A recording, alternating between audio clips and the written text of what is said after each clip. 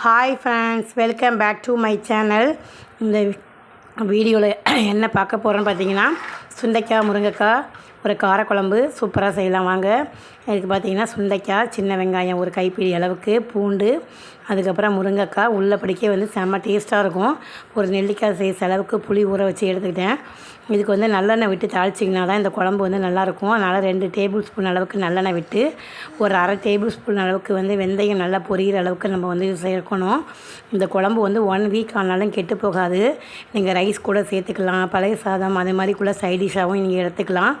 இப்போ வந்து சின்ன வெங்காயத்தை போட்டு நல்லா வந்து அந்த எண்ணெயிலும் பூண்டு எல்லாத்தையும் போட்டு நல்லா வதக்கி விடணும். இந்த நல்லெண்ணெய், வெந்தயம், பூண்டு, சின்ன வெங்காயம் எல்லாம் வந்து நல்லா ஒரு ஸ்மெல்லோடு நல்லா வரும். கொஞ்சம் மீடியமாக வந்து அந்த தீயை வச்சு ரொம்ப அதிகமாக வைக்காமல் நம்ம வந்து இதை வதக்கி விட்டோம் அப்படின்னா அந்த பச்சை ஸ்மெல் எல்லாம் போகிற வரைக்கும் நல்லா வந்து வதக்கி விடணும். கண்ணாடி பதம் வரணும்னு அவசியம் இல்லை, ஒரு மீடியமாக அந்தளவுக்கு வந்தால் போதும். அதுக்கு அடுத்த ஸ்டெப் பார்த்திங்க அப்படின்னா சுண்டைக்காய் வந்து சேர்த்துக்கணும்.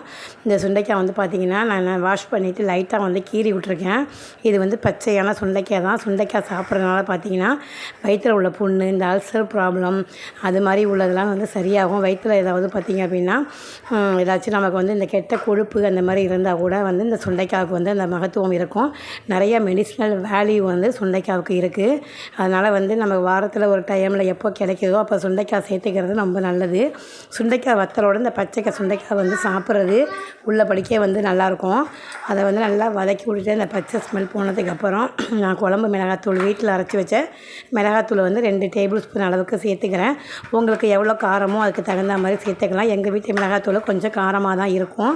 நம்ம எண்ணெயில் வந்து மிளகாத்தூளை லைட்டாக ஒரு ஃப்ரை பண்ணி விட்டுட்டு அதுக்கப்புறம் ஊற வச்ச புளி இருக்குது பார்த்திங்களா, அதை வந்து கரைச்சி இது கூட சேர்த்துக்க வேண்டியதான். எங்கள் வீட்டு புளி வந்து 1 இயர் ஆயிடுச்சு. அதனால் கலர் கொஞ்சம் கருப்பாக இருக்குது. கொஞ்சம் ஃப்ரெஷ்ஷான புளியாக இருந்தது அப்படின்னா கொஞ்சம் கலருமே இன்னும் கொஞ்சம் நல்லா இருந்திருக்கும். நமக்கு தேவையான அளவுக்கு பார்த்திங்கன்னா உப்பு, தண்ணி எல்லாம் சேர்த்துட்டு எல்லாம் கரெக்டாக இருக்கா அப்படிங்கிறத நம்ம செக் பண்ணி பார்த்துட்டு ஒரு லிட்டு போட்டு மூடி வச்சு ஒரு 10 மினிட்ஸில் வந்து குழம்பு ரெடி ஆகிடும்.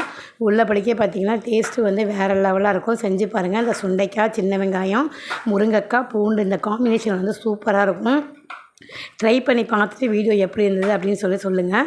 கொஞ்சம் குழம்பு வந்து ரொம்ப திக்காகவும் இல்லாமல் ரொம்ப தண்ணியாகவும் இல்லாமல் ஒரு கிரேவி கன்சிஸ்டன்சி வந்தோடனே நம்ம ஸ்டவ்வை ஆஃப் பண்ணிவிட்டு மூடி வைக்க வேண்டியதான். உங்களுக்கு தேவைப்பட்டுச்சு அப்படின்னா வந்து லைட்டாக வந்து மேலே வந்து நல்லெண்ணெய் வந்து இறக்க போகும்போது சேர்த்துக்கலாம். இல்லை நாட்டு சர்க்கரையோ இல்லை வெல்லமோ ஏதாச்சும் வேணுனாலும் கொஞ்சோண்டு லேசாக சேர்த்துக்கிட்டிங்கன்னா இன்னும் கொஞ்சம் டேஸ்ட்டு கொடுக்கும்.